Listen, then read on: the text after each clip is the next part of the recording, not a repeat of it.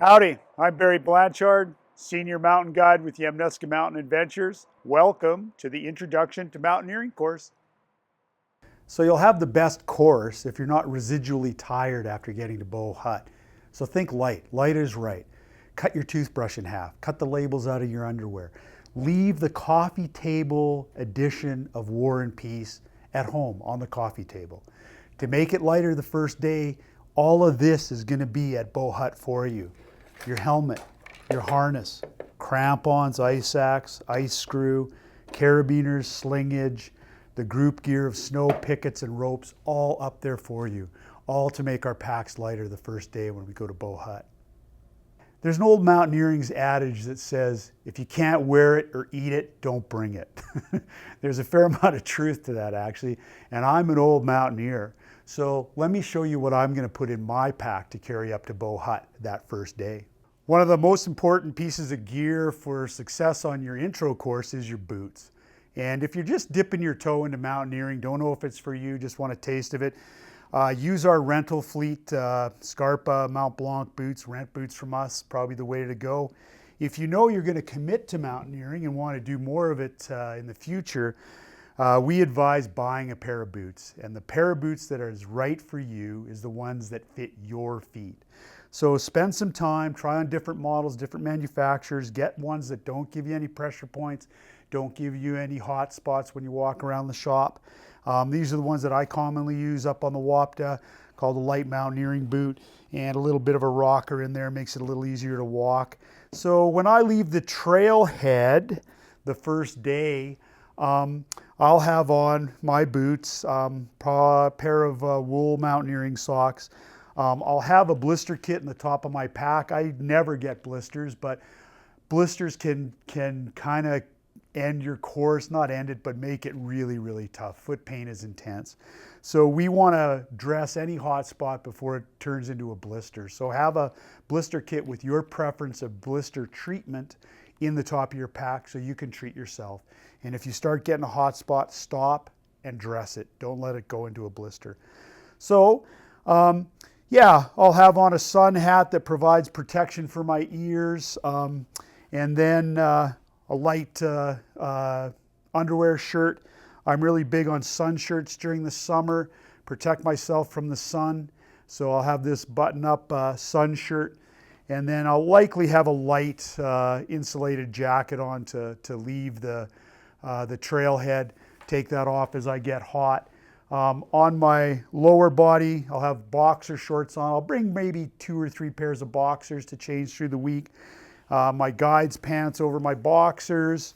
And then to make it easier for wear and tear on my knees, I'll bring light trekking poles, have one of those in each hand. And that'll really help with balance, but it'll also take load off the knee. You can take about 40% of the load off your knees with 2 trekking poles, 15% with 1. Okay, so the stuff that's going to be in my pack, and maybe starting with some of the stuff that I as a guide will carry that you don't have to carry. So an emergency tarp for shelter should we have need for a tarp and shelter up on the ice field. A VHF radio that allows me to call for an emergency rescue with the National Park System. Also, we will give to someone in the group a second form of communication. That might be an inReach device like this. It could be a satellite phone. I'll also have more first aid equipment, splinting equipment, a group first aid kit, and then some other kind of jangly bits of jewelry to help get people out of a crevasse if we actually do have a crevasse fall. And yeah, also I will have in my pack a light little day pack that I can use for our summit days, that I don't have to carry my big pack.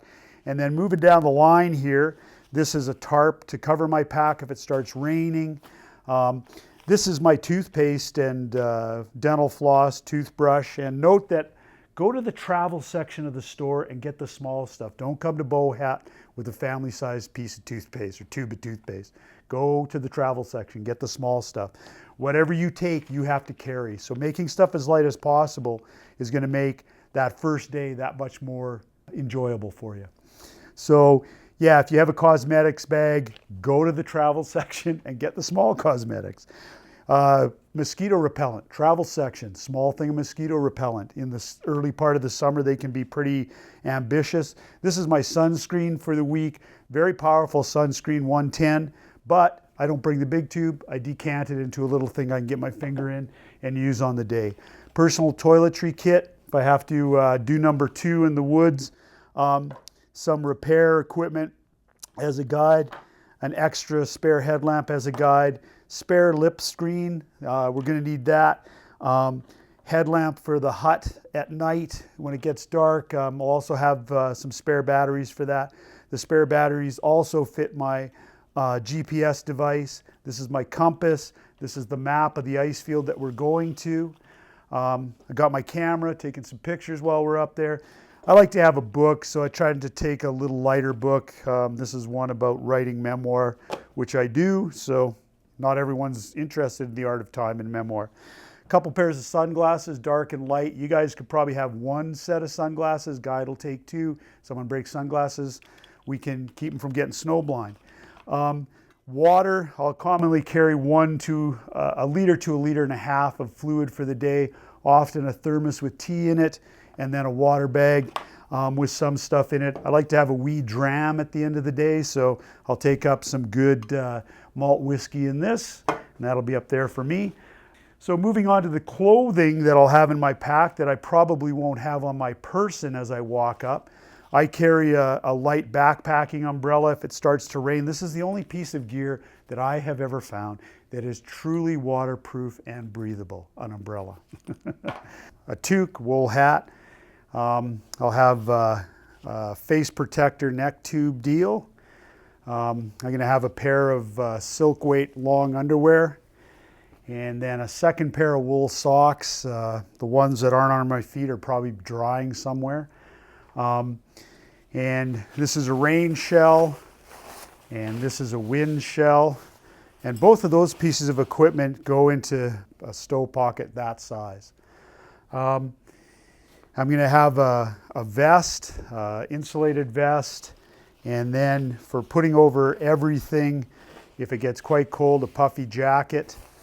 And for my lower body, pair of hard shell pants that are rain pants, if you will, that have a full zipper up the side so I can put them on over boots and crampons.